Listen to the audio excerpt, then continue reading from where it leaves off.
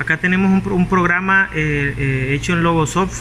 Tenemos una secuencia electroneumática, tal vez ahí se puede apreciar. La secuencia es A más, B más, A menos y B menos. Hay dos tiempos que vamos a cuidar en la salida de los actuadores. Entonces aquí tenemos un tiempo,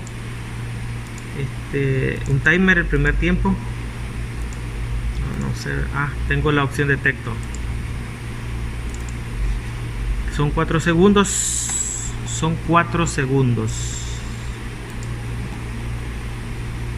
De hecho, el programita, la elaboración del programa lo vamos a dejar en otro vídeo. Entonces, acá solo la precaución del momento de conectar el logo.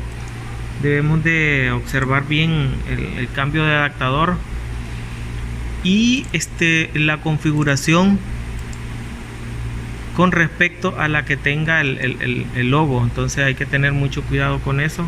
También vamos a ver si dejamos otro video explicando esa configuración, aunque ya lo hemos hecho también en otro apartado. Entonces aquí tenemos en el logo, en la configuración, vamos a poner 02, le cambiamos un número. Ya habíamos explicado eso anteriormente. De todas maneras lo vamos a dejar por ahí. Y aquí tenemos el programa. Entonces aquí lo cargamos, la configuración y la conexión también lo estamos haciendo a través de cable Ethernet. El logo lo tenemos acá.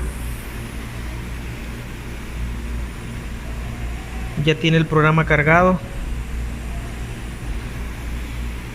Este es este maletín ya lo habíamos visto en otros vídeos. Este maletín es para hacer pruebas con alumnos. Tenemos entradas y salidas. Por aquí tenemos las salidas. El logo también ya lo hemos visto en varias ocasiones. Este es un logo 1224 RCE. Y ya tenemos, vamos a hacer la prueba. Pulsamos, el cilindro A sale. Un tiempo después sale el cilindro B y regresa A. Un tiempo después va a entrar B. Y el ciclo se va a estar repitiendo porque lo pusimos en un ciclo continuo, o sea, lazo cerrado. Eso significa que se va a estar repitiendo hasta que presionemos paro, o quizás ocurra alguna falla en los componentes.